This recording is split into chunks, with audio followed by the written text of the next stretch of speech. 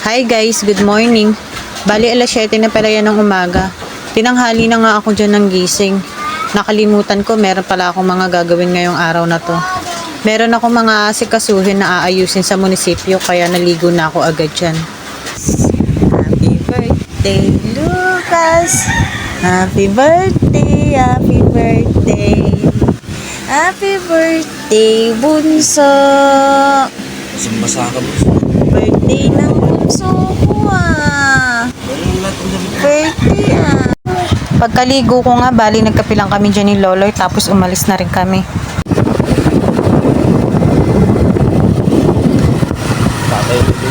Tatay nila?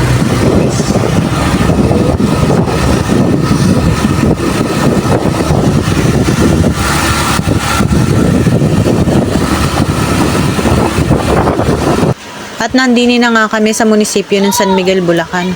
Meron kasi akong mga documents na aayusin dito ngayon. Hindi ko na nga yun pinakita, umuwi na muna kami. Meron pa kasi akong aayusin sa bahay. Bali kumain lang kami dyan at namahinga ng konti. Babalik na kami dyan sa munisipyo, tapos after nun pupunta na rin kami kay Papa.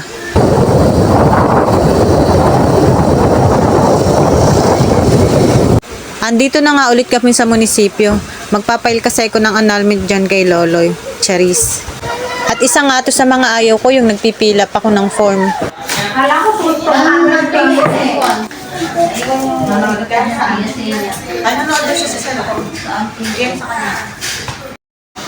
At pagtapos nga naming asukasuhin yung mga inaayos ko sa munisipyo, dumaan na muna kami dito kay Lisa bago kami magpunta kay Papa. Bibili ko kasi si Lucas ng cake, 3rd birthday niya nga pala ngayon.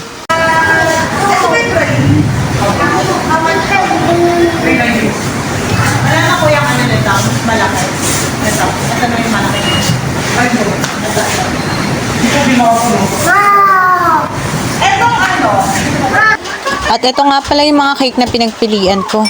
Grabe, mukhang masasarap lahat, kaso yung budget namin pang isang cake lang. And fast forward na nga, nandito na kami sa bagong bahay ni Papa. Dito ko kasi talaga plinano na i-celebrate yung birthday ng bunso ko. Happy birthday, Lucas. Happy birthday, Lucas. Happy birthday, happy birthday. Happy birthday, Lucas. Oh, blow mo na. Alish mo. Blow mo na, iba mo na.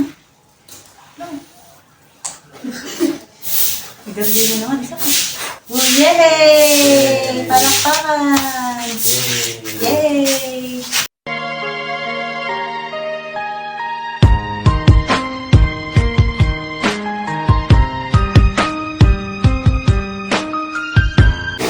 Sorry na agad kung naging madrama ako. Inilabas ko lang kasi kay Papa yung mga sakit na nararamdaman ko. Kailangan ko kasing gawin yun para hindi sobrang bigat. Bago nga kami muwi ng bahay, nagpadaan muna ako kay Loloy dito sa butika. Yun lang, salamat sa panonood. Bye!